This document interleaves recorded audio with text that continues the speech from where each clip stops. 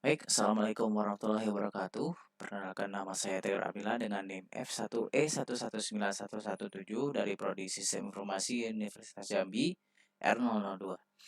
Nah, di sini saya akan mencoba menjelaskan tentang proses clustering, di mana ini merupakan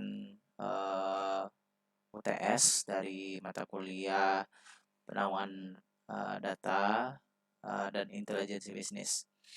Nah, di sini kita langsung saja mulai. Hal pertama yang kita lakukan yaitu memanggil library yang akan kita gunakan untuk proses clustering ini.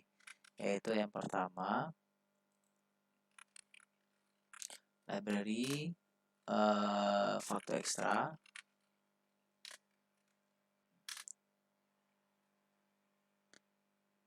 Oke, sudah berhasil. Kemudian kita coba panggil library ggplot2. Oke, sudah berhasil juga. Kemudian kita panggil library yang namanya tidyverse. Nah, sudah berhasil. Nah, selanjutnya kita akan coba masukkan data yang akan kita uji dalam proses clustering ini. Caranya yaitu dengan ketikan data, kemudian read CSV.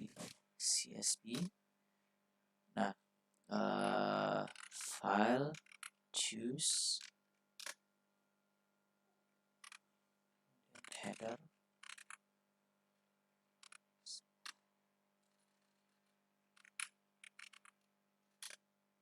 bernilai true.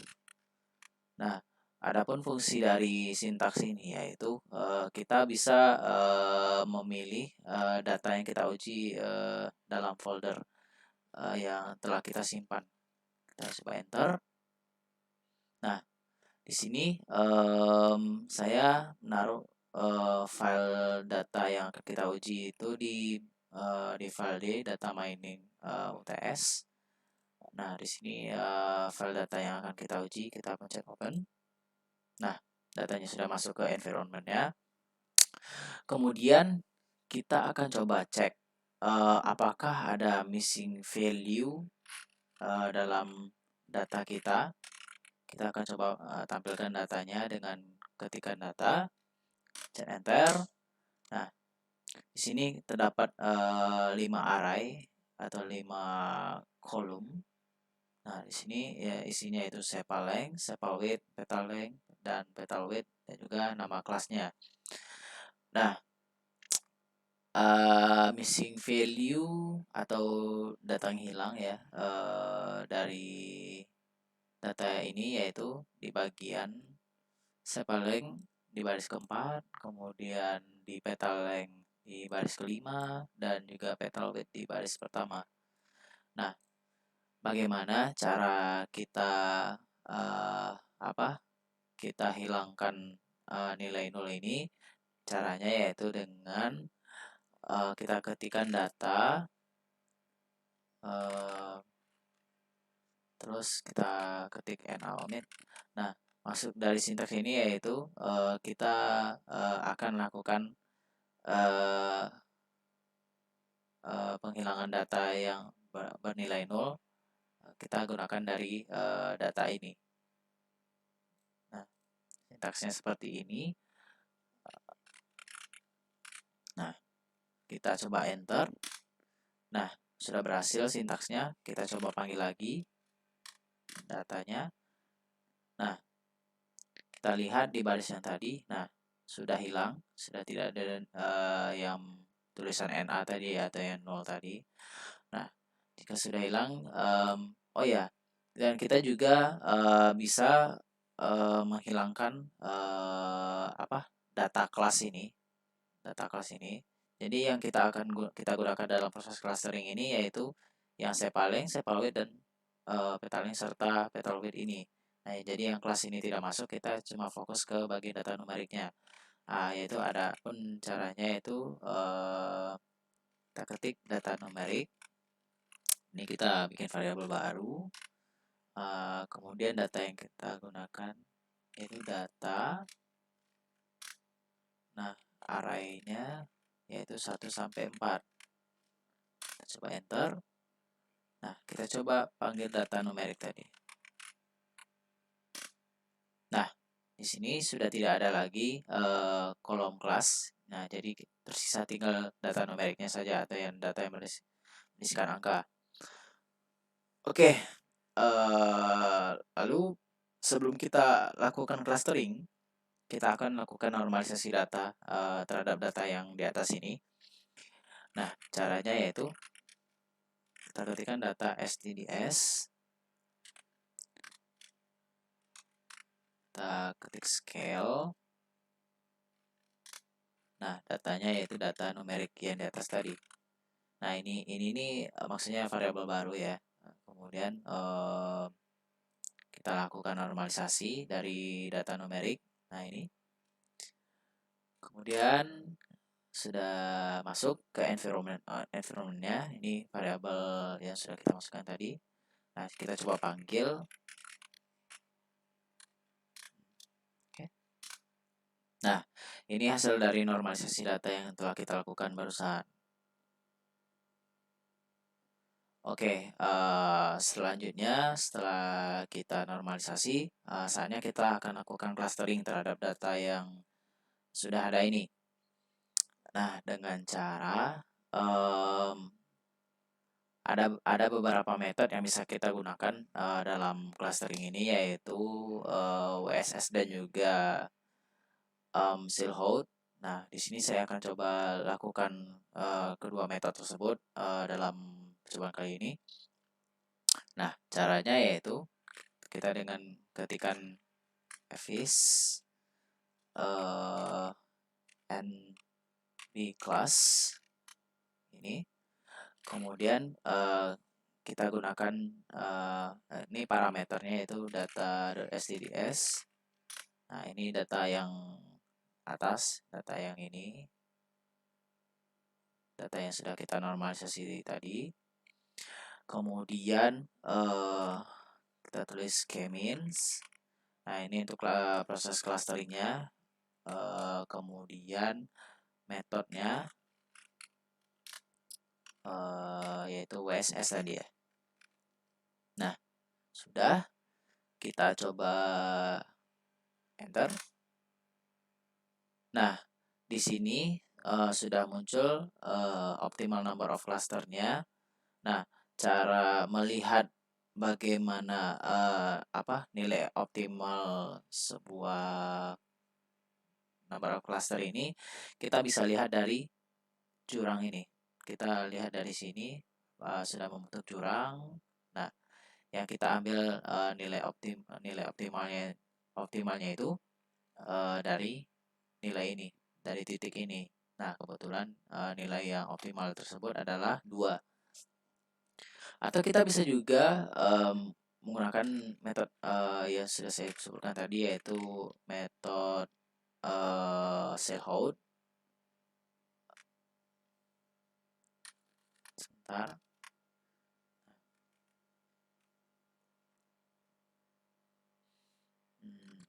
Silhouette.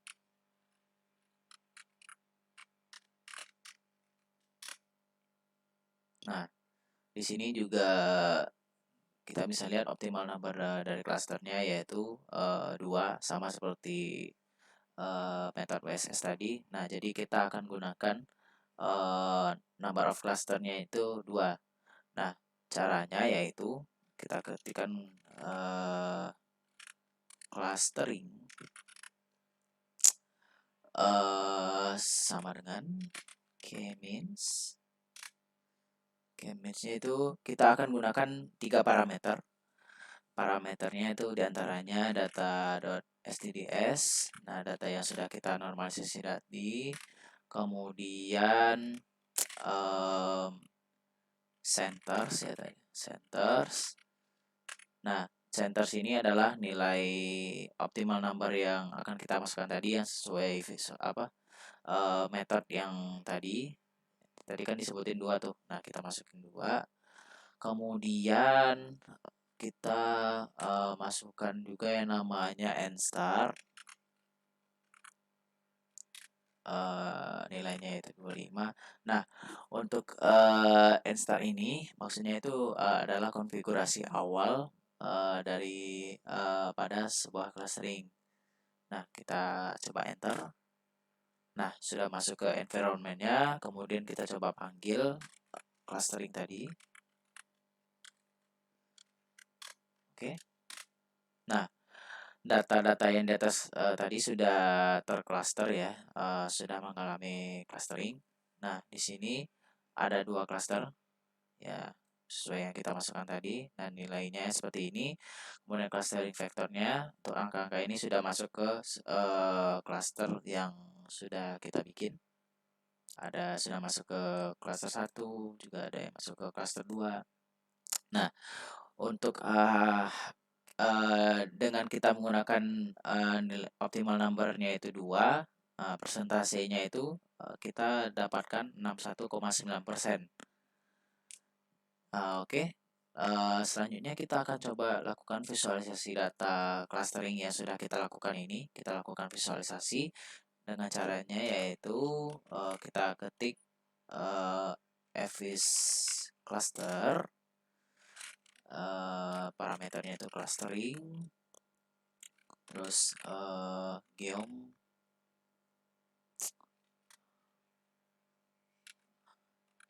Nah, maksud dari geom point ini yaitu jenis visualnya nanti yang akan kita tampilkan, visual clusteringnya nanti. Kemudian data yang akan kita gunakan yaitu data STDS. Oke. Oh ya, kita beri judul juga ya dengan cara gg title. Nilai klasternya itu 2. Oke, kita coba enter. Nah, sudah terlihat hasil dari visualisasi data yang sudah kita cluster tadi. Nah, ini hasilnya, hasil dari visualisasi datanya. Nah, untuk cluster 1 warnanya merah, dan cluster 2 itu warnanya biru. Nah, kemudian kita akan coba tampilkan data final dari clustering ini.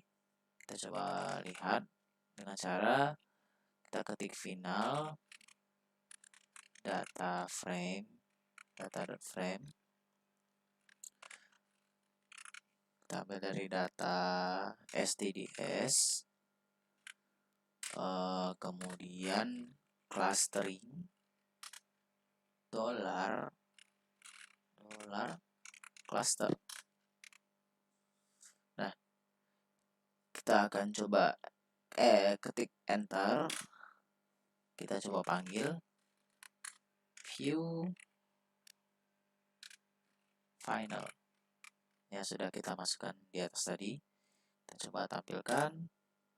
Nah, dan ini hasil tabel final yang hasil dari clustering ini tadi. Sudah ada yang masuk ke cluster 1 dan juga sudah ada yang masuk ke cluster 2. Nah, kira-kira seperti itu. Atau kita juga bisa coba masukkan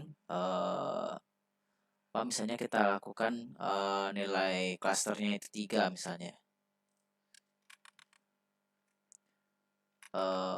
Dengan cara yang tadi yang sama, kita ganti nilai centersnya itu jadi 3.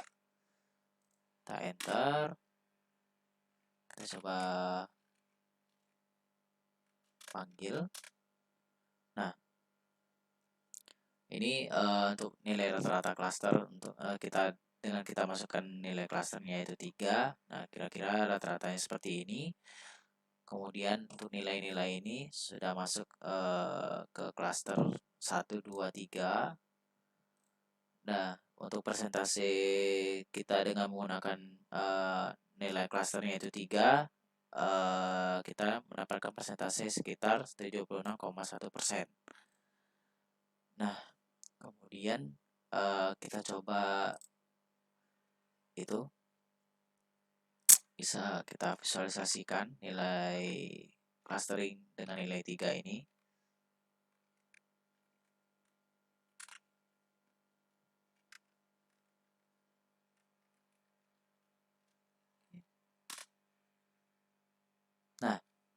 sudah nampil.